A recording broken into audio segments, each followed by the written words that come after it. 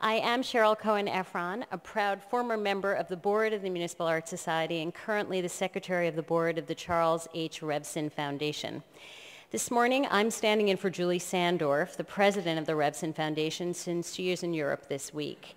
The idea for this panel discussion came after several conversations with Vin Cipolla about the unique role the Municipal Art Society could play in advocacy for the library systems in New York City. When he was in his late 80s last year, my uncle, a successful businessman, robust but with terminal cancer, made a final trip from Florida to New York City where he had been raised, a child of immigrants from Eastern Europe. He visited his old block, the place where the family candy store had used to stand, and then he asked my father to go one last place with him, the main branch of the Brooklyn Public Library. It was here that he had learned about the world, learned to perfect his English reading and writing, and he told me with the big eyes that were more like a fifth grader than an octogenarian, the place where the architecture inspired him, my uncle, to dream big. The built environment of the libraries of New York continue to educate and inspire new Americans each day, and yet they have no dedicated advocacy organization in New York. Unlike housing, education, workers, even the subway system, there is currently no nonprofit organized as its primary mission to have citizens, many of you in this room, advocate on behalf of the libraries for New Yorkers. The 5 boroughs are organized into 3 library systems: the New York Public Library covering Manhattan, the Bronx, and Staten Island, the Brooklyn Library, and the Queens Public Library. The 214 local libraries and 4 research libraries can be found in just about every neighborhood in the city, along the mass transit routes, and accessible for New Yorkers of all ages. They are our last remaining community civic squares of intellectual, social, and cultural life, free of charge to all. And in this busy, bustling, noisy city, there can still be a much-needed refuge of quiet and calm. Our libraries continue to acculturate new generations of immigrants, to educate our children beyond the school day, to serve as community hubs for civic and cultural events, and offer new media and technology services that give everyone the opportunity to join the digital age.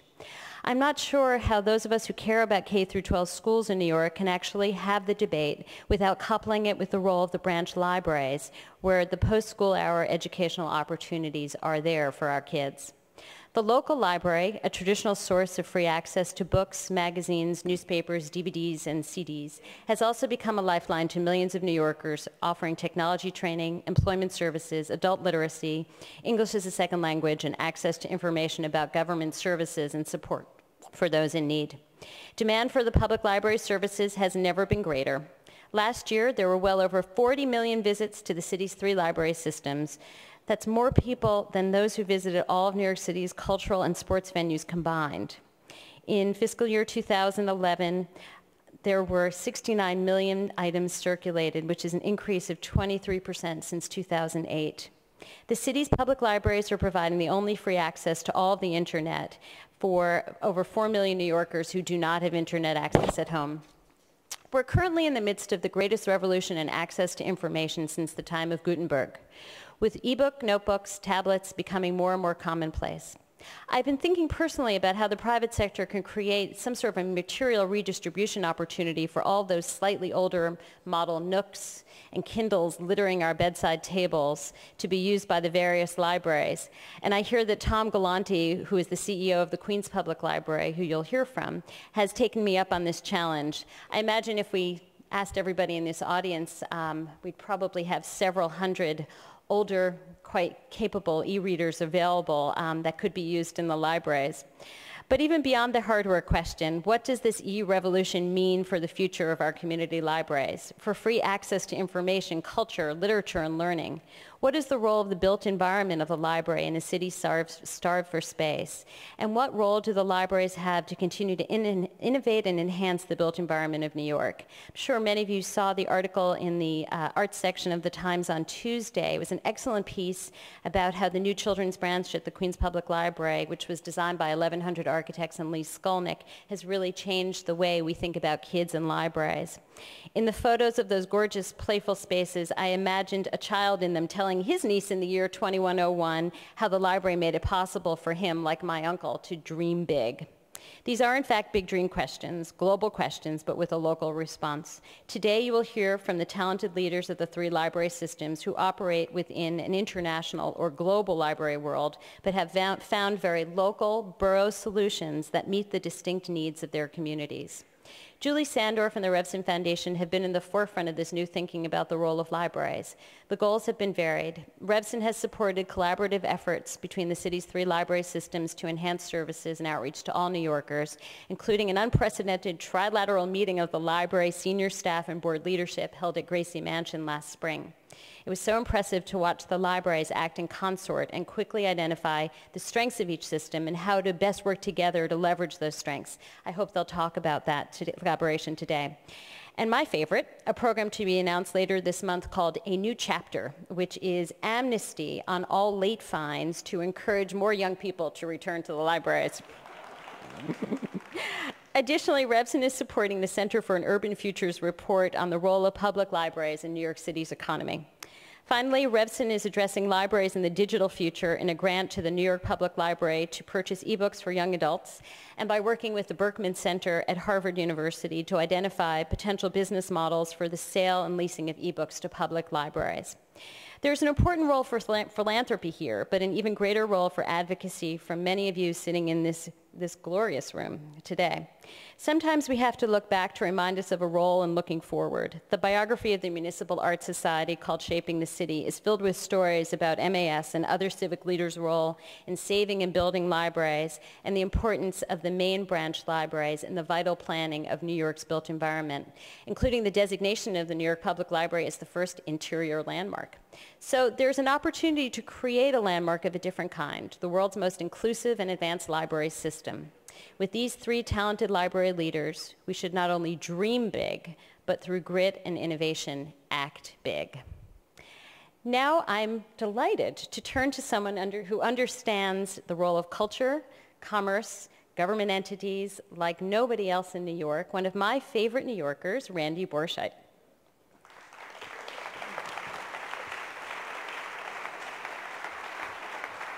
Thank you. Have fun. Thank you very much, Cheryl.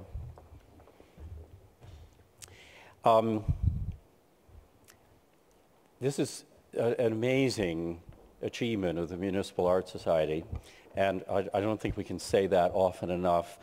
And if it hasn't been said already today, it couldn't be happening at a more appropriate place because it's in large part because of the Municipal Art Society's leadership that we have this amazing room as part of this development of Columbus Circle, one of the many achievements of the MAS.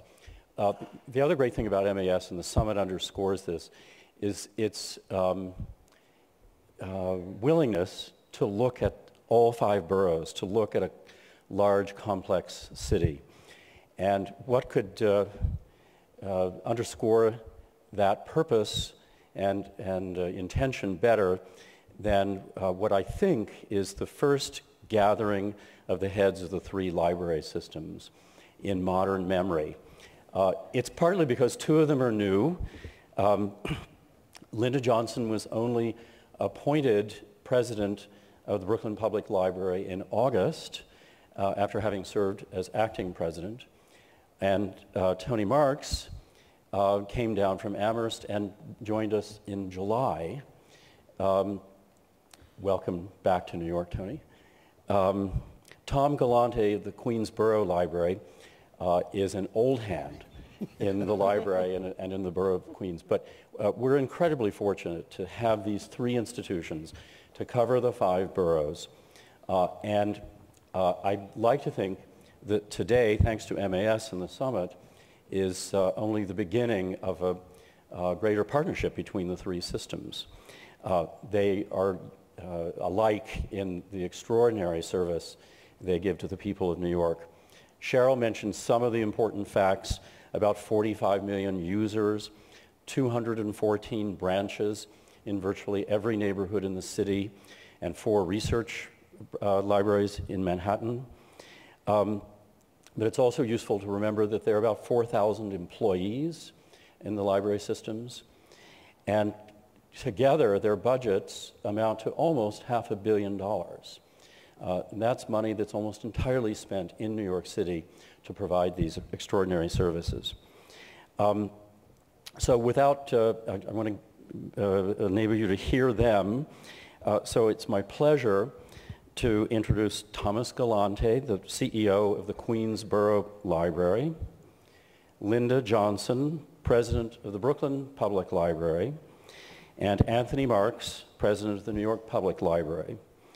And to begin our discussion is Sam Roberts, our moderator. Sam has a long history of reporting about New York City and is the New York Times Urban Affairs correspondent. You know his face and mellifluous voice from New York One. I'm very pleased to introduce my friend, Sam Roberts.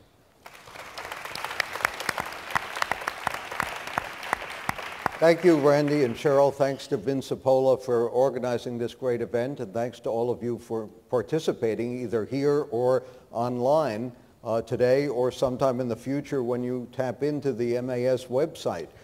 Some of my fondest childhood memories are of going to the library in Brooklyn. I used to go to the Grand Army Plaza, the main library, at least once a week, and probably to my dinky branch on Church Avenue in Brooklyn a couple of times a week. It was just a rare pleasure to have access to all of this knowledge, all of these books, reading for pleasure, reading for schoolwork, and of course later on in high school and certainly in college going to the library on 42nd Street to do research for term papers and the like. That was maybe a little less pleasurable in a way, but it was still a great resource. As a journalist, I found that librarians and archivists are among my favorite people. I deal with a lot of bureaucrats in government every day whose job seems to be to withhold information. Librarians and archivists delight in sharing it, and that is a real pleasure. But the fact is, these days, I do not, I admit, have a library card. I've got a Google account. I've got an Amazon account.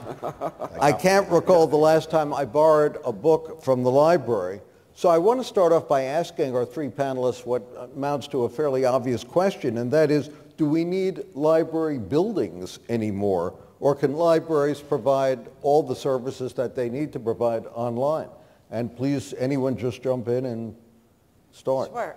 Linda? Well, yes, resoundingly, we definitely need buildings, and more so, frankly, people use libraries less frequently to borrow books, but more frequently than ever to gain access to the internet, to use the library as more of a social hub than as a repository where they go and actually conduct a transaction. We heard earlier this morning from someone from ING Direct that was talking about the surprise when they realized that they actually needed a place to do business. I think that like ATMs, it doesn't work to replace the sense of place that a library provides in a community, the adhesive that a library provides in a community. So we're finding that traffic is up in every branch, as well as the central library, just because of the way the changes are affecting the way people work. Tom? I have to agree totally with Linda on that. That continues to be our strategy. And going forward, I think we all see the obvious opportunity that ebooks and the online access that we all have and enjoy that will continue to expand provides for all of us.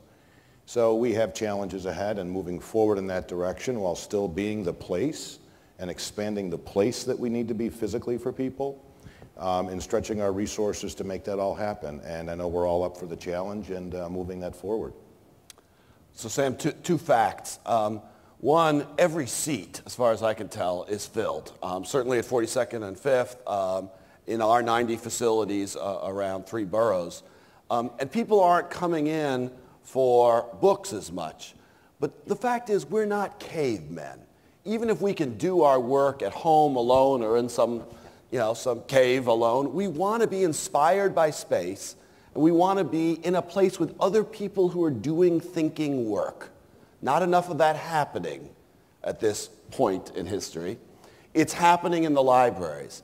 And because the use of the libraries has exploded, particularly as the economy has been troubled, people don't have computers at home, people don't have a quiet place to work, to think, or they don't have books at home. All of that has expanded the dependence on the library. And, and that is a vital function for us. The library is also the only place in New York where a cross-section of our population, across economic differences, racial, geographic, what have you, come together, right? That doesn't happen very much in our societies. It has to happen, particularly around thinking work in the libraries. And lastly, I just looked this up last night. Last year, New Yorkers bought 10 million books to read, online, from Amazon, what have you. In the libraries, they borrowed 12 million books. People still need access to those books. They need a place to read them and to get them. And if we don't do our job, all of us, to ensure that those spaces remain, then half of New York that depends on us for free and public access to ideas will not have that access. Exactly when the technology wants to make it more available, we'll lose half the population, and in my view, we won't have a functioning democracy or economy at that point. I mean, this is really a crucial moment because it's a Gutenberg moment of transformation. Each of you represents a different library system, as we know. Queens, Brooklyn, New York Public Library also covers the Bronx and Staten Island. Do you see your individual community as being unique in some way and the mission of your library being unique in some way? I'll start off with that. For Queens, we see that the borough is unique. It's 2.3 million people. But we also see that every single neighborhood is unique. So we have demographers on staff. We have our New Americans program, our adult literacy. So we take, actually the physical places all have different color schemes and designs and sizes to address what that community's needs are. We also have staff to reflect that community. We have signage that reflects that community.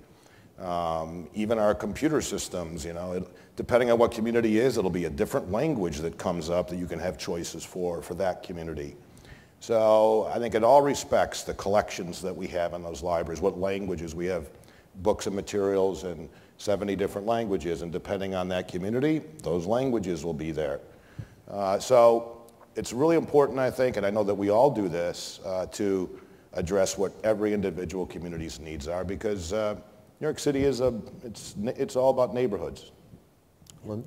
No, I agree with Tom. I think that really great public libraries reflect the communities that they serve, and each of our boroughs have not one identity, but in our case 60 at least, and we need to do a great job of meeting the needs of each individual community, and there's a balance to strike. And so there is, on the one hand, this great effort to make sure that we have materials in people's native languages, but on the other hand, that we're offering services to help them integrate into our society. And so English is a second language, and all of the things that go along with helping new Americans or new residents figure out how to function productively in our communities. And so we provide a unique service in that we're serving very small but very strong communities within our boroughs.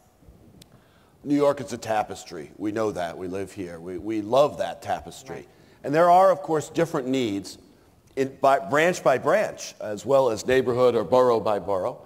We need to tailor those needs, whether it's communities with more immigrants where people need to learn English as a second language, want to learn, or neighborhoods with older populations that want access to understand how to work computers, or neighborhoods where there are more jobless folks who need help, all of which we do.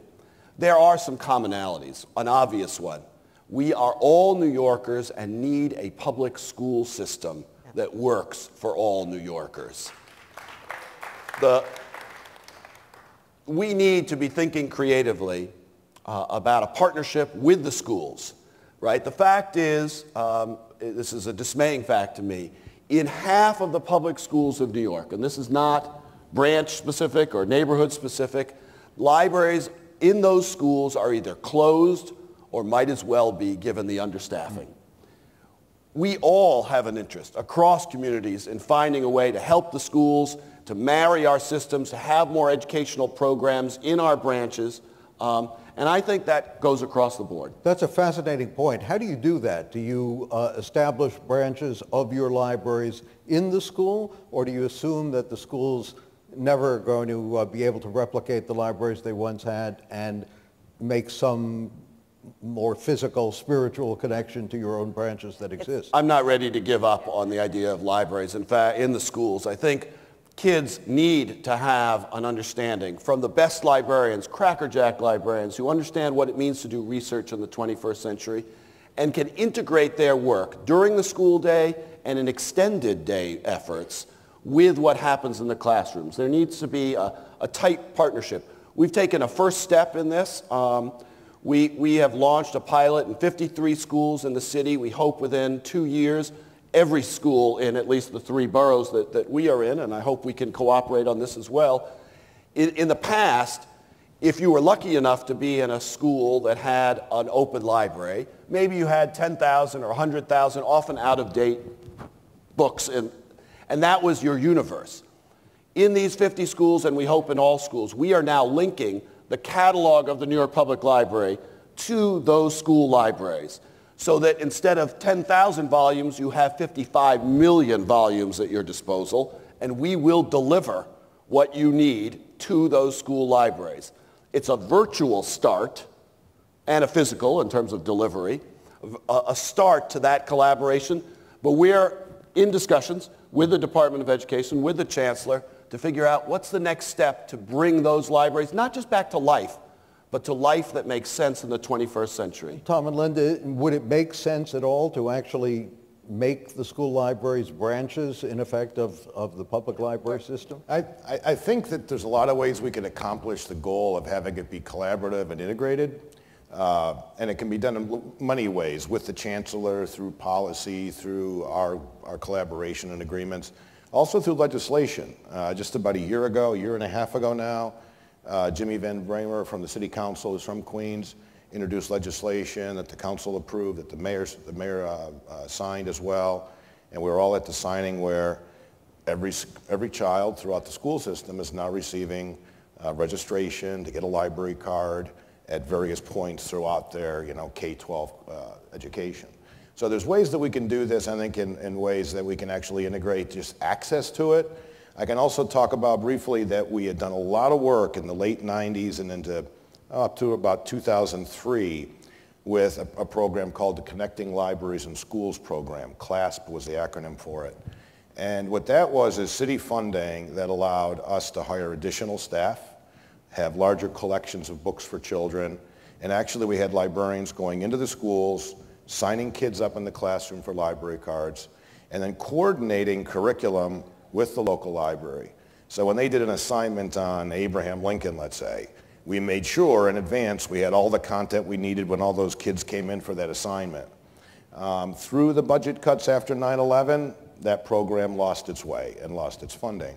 But there are a number of ways to tackle this, and I think what I feel real positive about is that with the Chancellor we have now, with the Mayor we have now, with the City Council we have now, and the leadership here, I think there's a way that we can go there and do that again.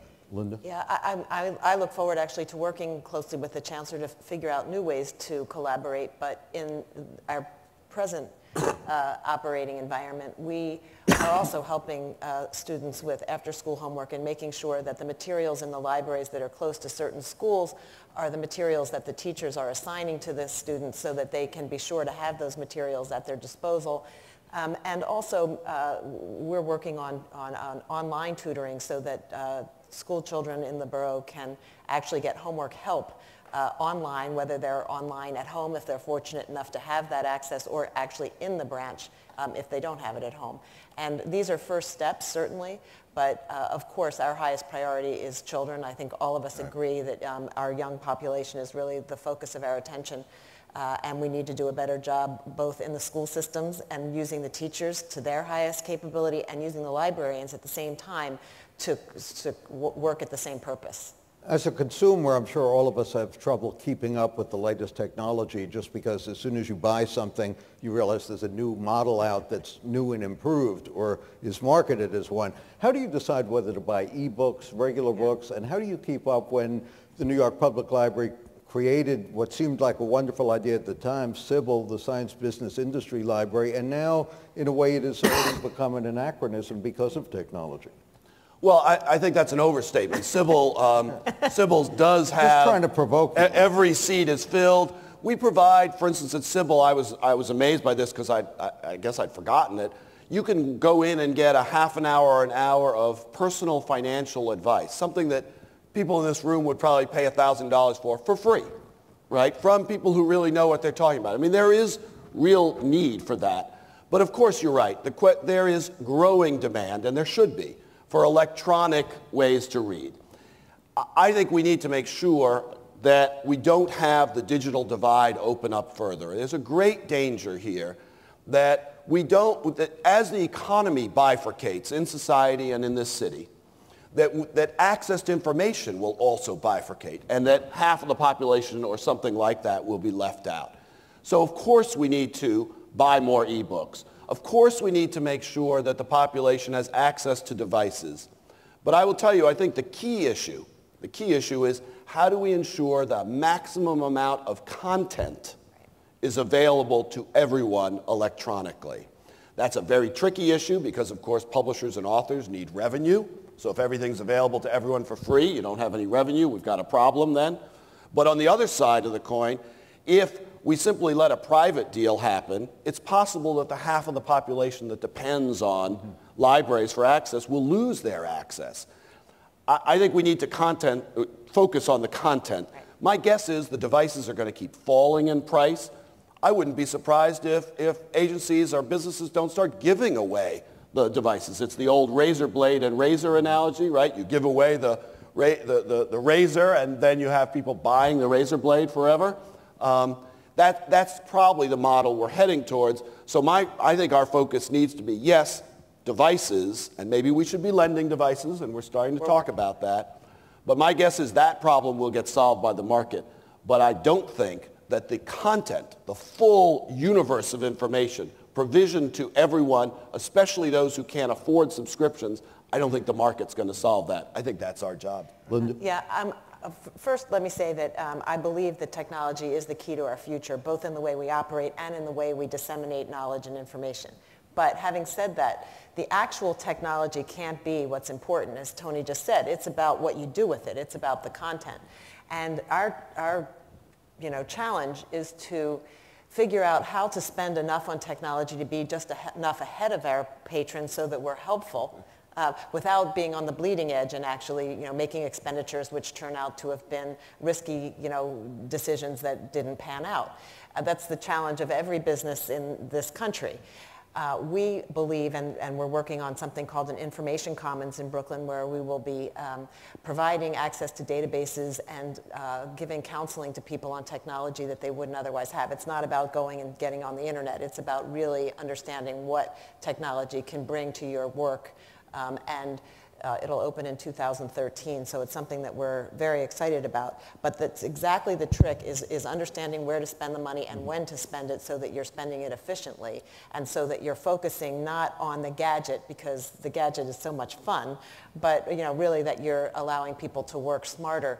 We, in 8 branches in the northern part of the borough, are embarking on a laptop loaner program. And it's over capacity right now. There's a real demand for it, but it's the beginning.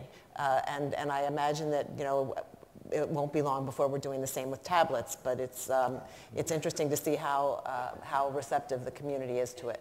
Arthur Sulzberger Jr., the publisher of the New York Times, likes to say that he's platform agnostic. He doesn't care how people read the New York Times as long as they read it and now also pay for it online. Very important too. Are you platform agnostic? Does it matter how people read what the libraries offer? Can I start with this? I have been using this language over the past few months, and people look aghast when I do, but I love a book as much as anyone, but I've really started to encourage people to think about it as a container. And what I really love, and what I imagine all of you do as well, is you really love to read.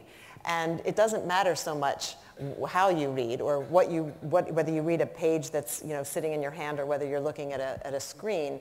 It's that pleasure you get from the beautifully written word and all of the information and all of the worlds that the writing opens up for you. And so we are completely agnostic about it, or I should say that I am, and I'm trying to bring everybody along with me. But I really believe that it's the healthiest attitude and really the most productive way to think about the future and what role the libraries can play in people's everyday lives. It's fascinating. I was at a archival presentation a couple of days ago, and somebody pointed out the difference between looking at original material, manuscripts and things, the tactile feel of the originals versus the digitized version. They pointed out, yes, the originals bring a certain richness to your opportunity to do research, but the digital copies also allow you to enlarge them, to look at things where there might have been erasures and stuff like that. So the combination of the two really enhances the whole experience a great deal.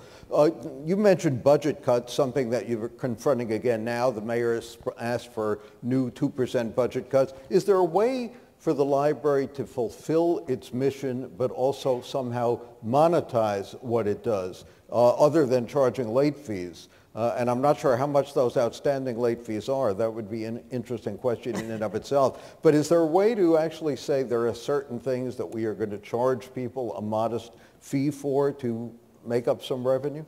I'll jump all over that one. We're a public library, and the focus of what we're all about is to be there for everyone, regardless of their economic means. And that question does come up here and there. And we do our work very hard to raise private funds and federal funds and state funds, but the city pays for the core component of our operations. And everything that you see, at least for us, and I'm sure the other systems, is called the gravy, the after-school programs that we have in every library, where we have teens that are paid in a workforce development program that's federally funded, that are then helping kids with their homework. And our program, what we call YES, for our youth enrichment services for teens.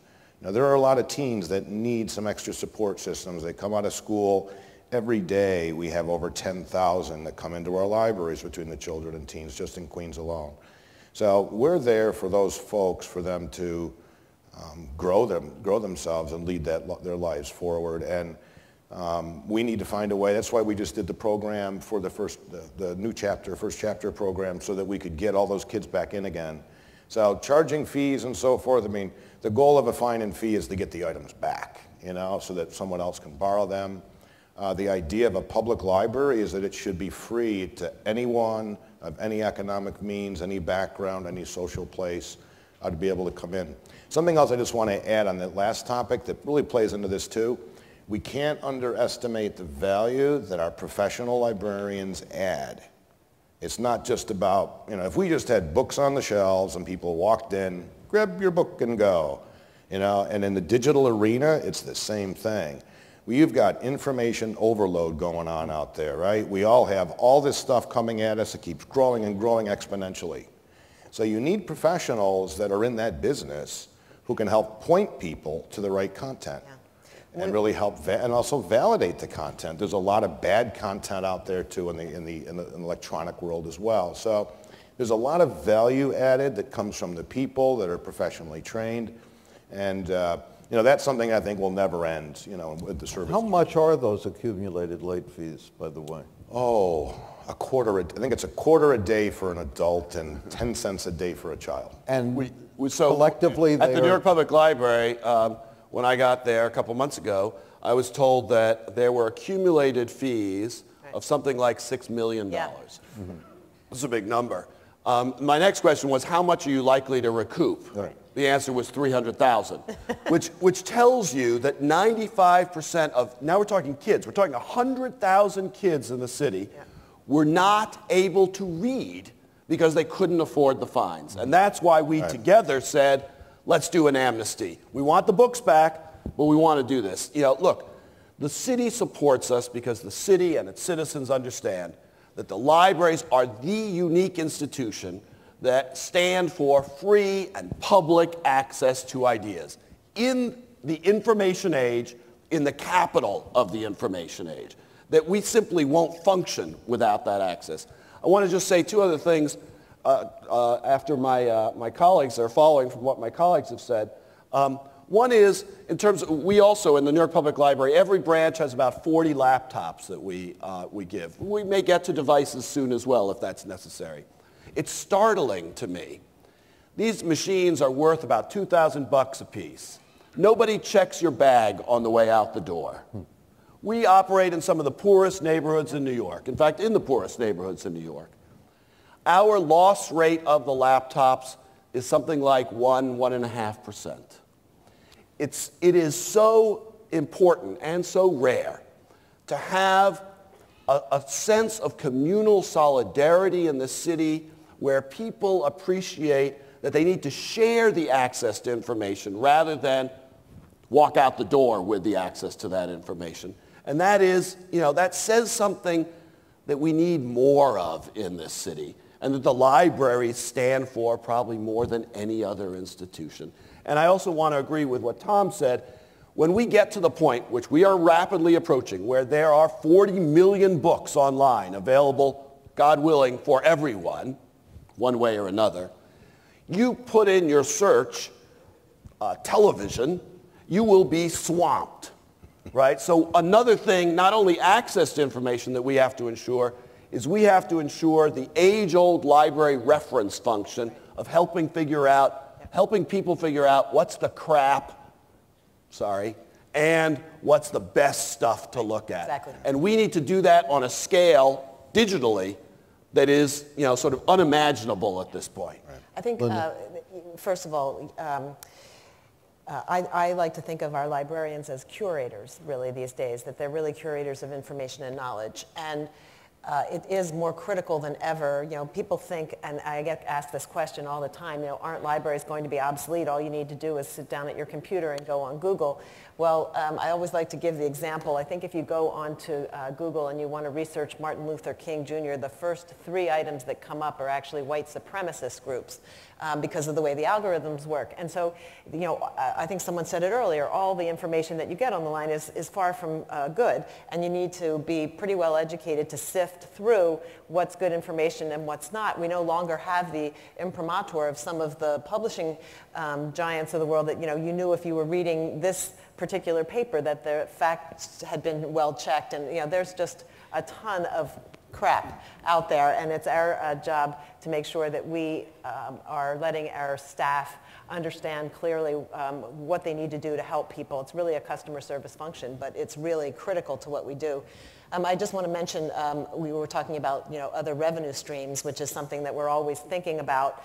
But at our core, we are the most democratic institution in the country, and we would never do anything that would jeopardize that status or change the way we function. So we're looking at ways to help people self-publish, and there'll be some charges for that, but not anything that would be different than charging somebody to Xerox something, which is something we also charge for. Mm-hmm. And we charge for soda and that kind of thing. But when it comes to our core business, information and knowledge, we will always be free. It's actually part of our charter. It's part of the charter and something that really distinguishes many library systems in this country from Europe and other places, particularly the research library on 42nd Street. When you go to the Bibliothèque Nationale or the British Library, you find very, very different institutions that are not as welcoming and accessible to the public for the most part. Let me ask you, forgive me for asking a very impertinent question. Randy Borsch, I pointed out this is the first time that all of you are together in a forum like this. Why do we need 3 separate library systems? Wouldn't it be more efficient to have one? Oh, I'll jump in on that. Okay. That's because you've been around the longest. I think I'm not touching that. I think today is a great example of the benefits that it brings in. You've got 3 leaders here who collaborate as one with diverse ideas, diverse staff, diverse communities we all serve, and I think we all make each other better. And when it comes to operational things and savings in those areas, we've done a lot of work in that area. We buy our books. Right now we're negotiating with our book vendors together. So the economies that you can generate out of having one organization, we do our best to leverage that because we all want to save money to better serve our customers. And I think having boards govern, if you were to consolidate, you have one board.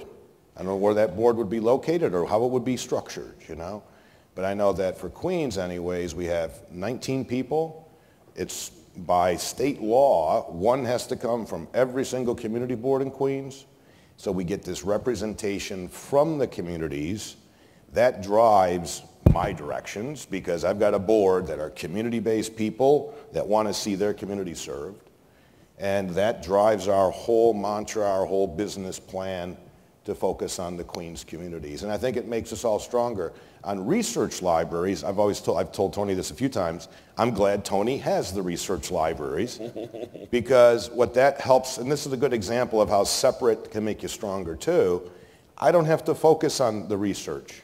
We can focus on being a neighborhood community library because we know there's the citywide resource that NYPL is covering for all of us that is doing all that work where Tony had said earlier he's got the biggest attic, you know, in the city, you know. So, I mean, it's something I think that can make us all stronger. And we do leverage, you know, there are opportunities when you work together, and we've been doing a lot of that. So. I don't want to monopolize this conversation. I do have more questions, but do any of you have any questions you'd like to ask to any or all of our guests today?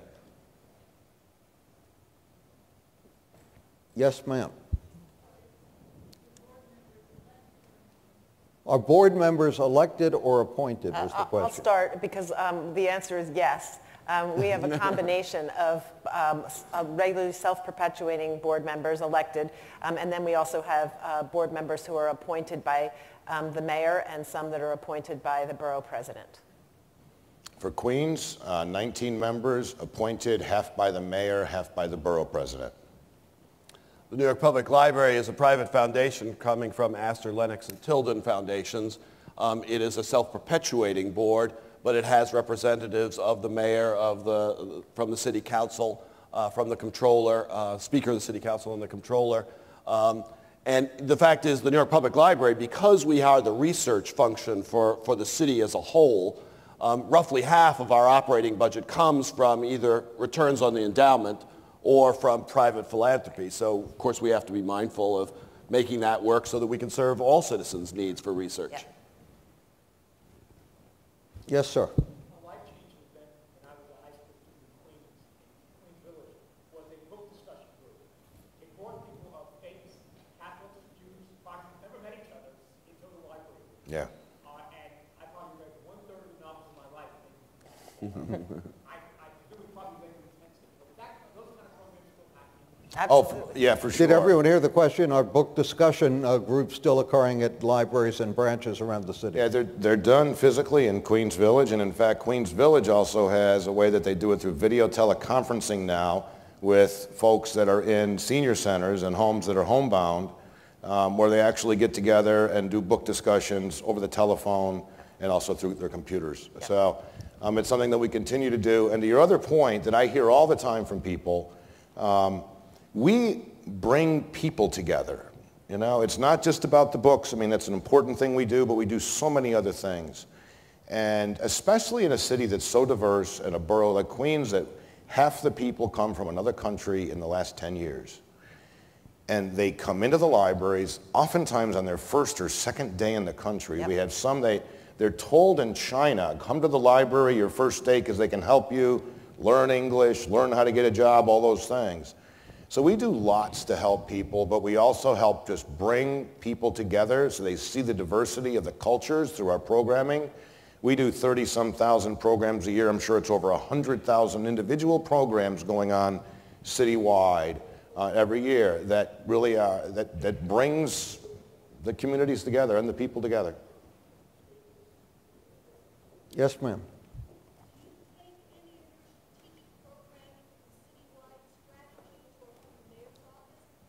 We're in constant discussion with the mayor's office as a tri-li, as it's called, as a group, as well as individually. We work very closely with the mayor's office, with the city council. They are our largest funders, and they represent the interests through democracy of the citizens and therefore of our patrons. So, of course, we work very closely with them. We, as Tom said, we look at demographic trends, right? So we see a population in New York going forward that's aging. So we need to think about that. But we also, as Linda said, are focused on the youth because they are our future. And we in my view, for all the great efforts of an amazing team and the Department of Education, public education in this country is not what it should be, particularly for those who need it even more. So we work very closely with the city on all those fronts. Tony, let me ask you, go ahead, Linda. I was just going to add, because as we talked about libraries becoming more important as places, the city has had several initiatives just in the past month that we're collaborating on, including a very strong drive to help people get back to work. Workforce One, it's called, and the Workforce One centers are actually in our libraries. It allows us to contribute to the city to a very good cause, and at the same time we're offering our patrons a higher level of service than we would be able to provide without the city. So we've been helping people with resumes and job searches for years, but now the city is actually bringing in people to help us place them into jobs. So it's a win all around if we're working hand in hand with the city. Tony has the unique function of being the research library for the whole city, in effect.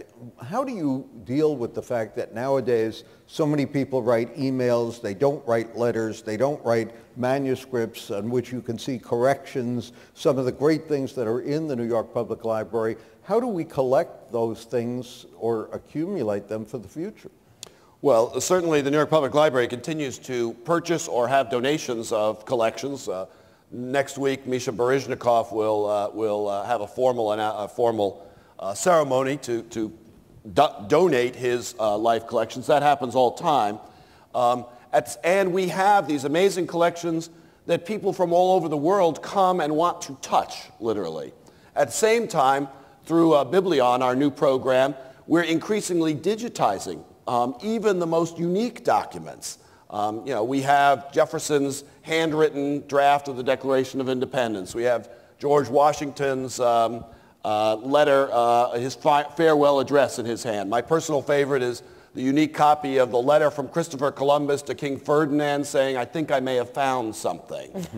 And we need, people will want to come in and see those. In fact, they're all on display in the main building as we speak. But nowadays, Columbus would have sent an email. That's exactly. and we will collect that, but I'm willing to concede, I'm pleased that it's the Library of Congress that has the entire corpus of all Twitter messages in their collection. I'm willing to cede that to the Library of Congress.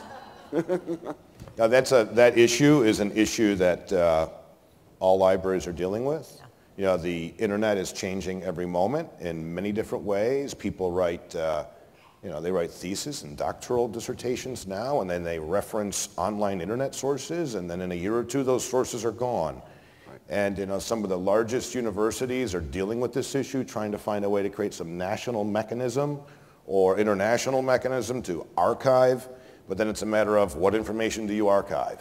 Where do you put it? What format does it go in so you can retrieve it again down the road? How secure is it? How secure is it? So I mean, it's a huge issue out there. And actually, we need help from people like you to figure out how to do it, because you're a classic example of somebody. I mean, when you introduced yourself, you talked about the use that you make of archives and archivists, right. And this is really an issue that we need people, working on. That is Tony's issue, not ours, though. We have time for one or two more questions if you have them. There are mics up in the staircases if you could use those, just so everybody could hear you. So that they can hear you. Guy there also. Okay. We have two more quickies. You had mentioned a mentoring program that the New York Public Library has, and I was wondering if you had plans to expand that, and also if there are legal complications with the city in terms of approving mentors and tutors. I missed that. I don't think that we have legal complications, though I'm prepared to be advised otherwise. I think, the libraries in a sense are in the mentoring and tutoring business. That's sort of what we do. But we do need to focus it, for instance, helping kids in extended day with their homework, with excitement. That's going to be tutoring, whether it's done by staff that will need to raise some money or work with the city on, or whether it's university students in the city who are looking for opportunities. And there's evidence that tutoring of that kind can make a huge difference in terms of raising achievement, which we're all interested in having happen for our students in this city. One more question here. That's a good question. How do you get me back to the library? I'm often at the library on 42nd Street, but why don't I borrow books?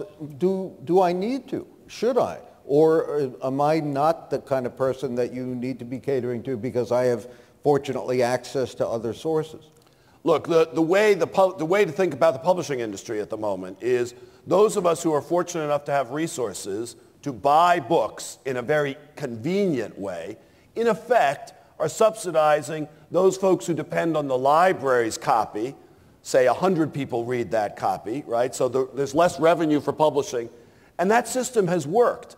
And the question is, how do we make sure that something comparable works in the future when people are going to increasingly, not just the future, now, reading things digitally? And that may be the Sam Robertses of the world reading, they may still borrow physical books, again, 12 million just last year, books out, being borrowed and read, but also virtually. And some of that may happen through the library as well. I mean, what the library means, it means the world of information and access to it. And it will be accessed in all kinds of ways if we do our job of ushering forward the transformative moment that we're in at this point.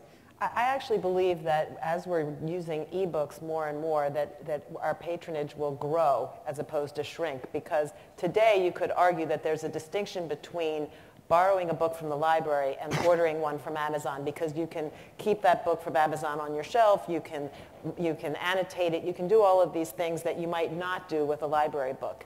On the other hand, as you borrow ebooks from us, you go onto our website and you download it to your tablet. Well, it doesn't matter, frankly, if you're downloading one that you're not paying for to your tablet, or if you're going to a publishing house or a purveyor like Amazon for that material. Do you care that it vanishes after you've read it? Probably not. So why not get it from the library? Thanks to our wonderful guests for an enlightening conversation, and thanks to all of you for coming. Thanks to you, Sam.